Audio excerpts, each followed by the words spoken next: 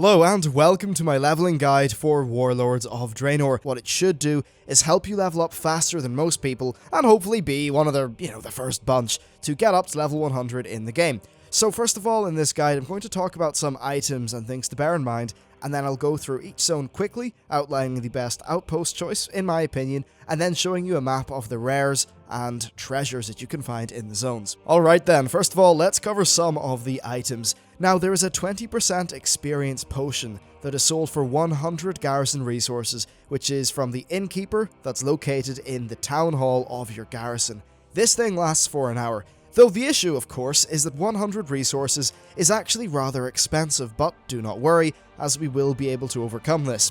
Or at least for the most part overcome this. Do understand that we're going to be getting around this cost by ensuring that we kill rares while we go between areas and zones. Now, if you just kill these rares and get the garrison resources without having to spend them on these XP potions, then of course you will be in a better stage for your garrison. So really, this is an optional thing, but it will of course help you out. Now, there is also a very useful thing in the form of the Battle Standard of Coordination, Standard of Unity, and Banner of Cooperation. These are purchased from the guild vendor in either Stormwind or Orgrimmar, and basically these will give you a 15, 10, and 5% XP boost. So you can cycle these and just use them while you're killing mobs.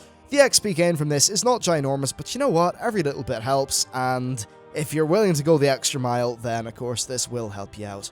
Another extremely useful item is the Falling Flame. This will allow you to basically just transport somewhere extremely fast, which is very useful considering there's no flying in Warlords of Draenor, at least at the very start of the expansion. However, do be sure that you've got some way to land when you use the Falling Flame because, well, splatting on the floor doesn't really make you level fast. Finally, if you're going to be really hardcore about it, then bringing things like food buffs, flasks, potions, and elixirs and all that stuff could be rather useful. I'd imagine that many of us will have leftover pots and things from our raids during Mists of Pandaria, so if you've got these, then you may as well use them while you're leveling up. If you're planning on maybe dinging within like 8 hours or something, then it's only going to cost you 8 flasks, and it could help you both kill things faster and also have better chances against the various rares that you should find. Not that those rares should be particularly challenging though. Now, as far as mounts go, there's only really two things that you'll want. First of all, having a Water Strider mount is extremely useful, and this is mainly because in Talador there are quite a few lakes, and being able to just run right across them is going to be nice. Also, you will want the Vendor Mammoth because, well, it's handy to have. Alright, so next I'm going to talk about add-ons. First of all, you can use Turn In if you want. However, I personally don't because I do actually sometimes read the quest text from time to time, as crazy as that might sound. So yeah, if you want to just cut down on quest time, then getting Turn It In is extremely useful. Now in terms of other mods, I would recommend using My Rare Finder. This is a pretty cool mod that will basically put rare icons on the map, so that'll make it extra easy to see them. I will have full-on maps and stuff like that later on in the video.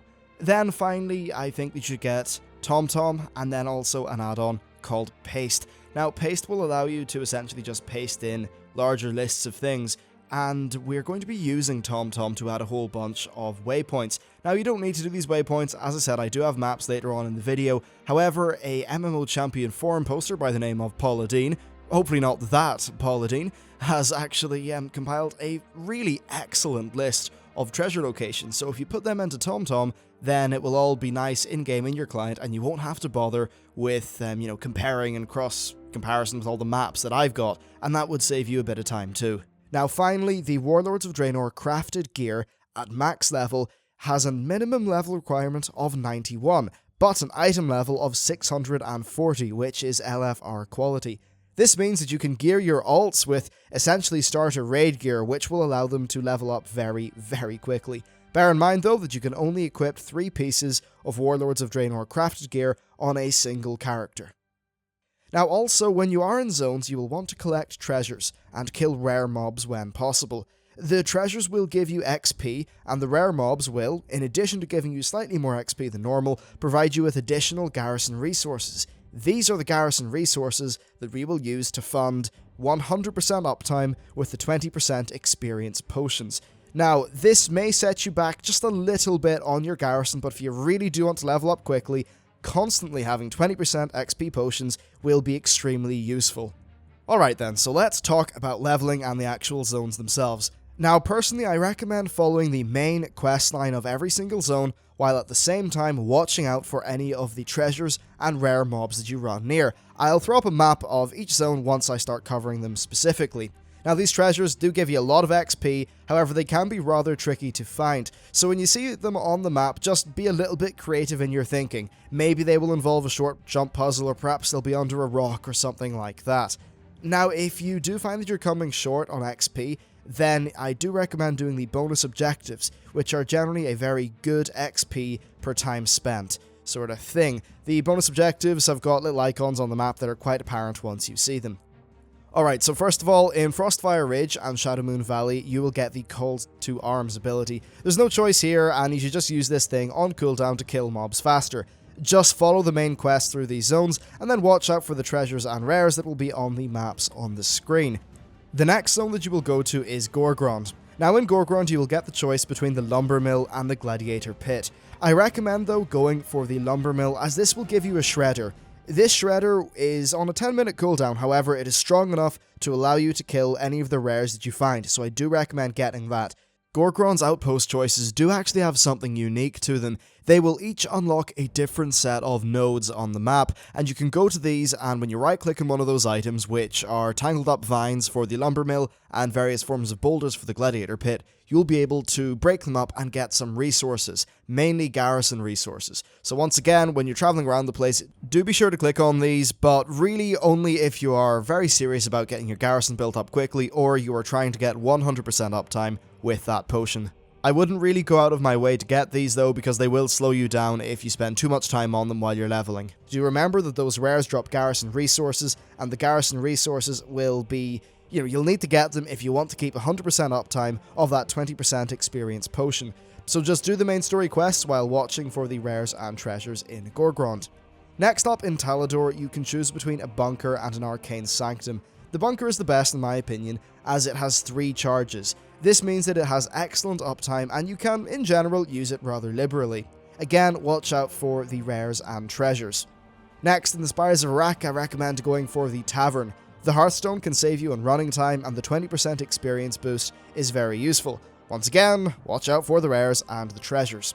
Finally, in the ground, I think you should go for the Siege Tank. This thing does a lot of damage, and it has a very, very long range, so you can kill a lot of stuff with it. You'll also want to kill beasts on your way around the place, as beasts will drop meaty soup bones.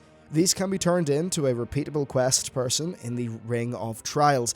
So yeah, once again, just kill beasts to get the bones, follow the main quest, and pay attention to the map of the treasures and the rares. Now you don't really want to go specifically hunting for treasures and rares, it's more that if your path from one quest to the other involves going, near some rare spawns or near some treasures, be sure to check them out, as they will give you pretty significant little chunks of XP that will help you along the way. If you're able to do all this stuff, then you should be clocking in a lot faster than people who just do pure leveling, as you will be getting a number of small but rather meaningful benefits, bit by bit, as you level up. So hopefully this guide was useful to you. Remember that its intent was to allow you to do the full experience of Draenor and get all the cool cinematics and quest lines while still leveling up rather quickly. From my beta experience, I feel that this is the best way to do that. Anyway, that's it for the video. Be sure to check out the guide for many other videos, including a gearing guide and a guide to garrisons. Thank you very much for watching, and I will see you next time.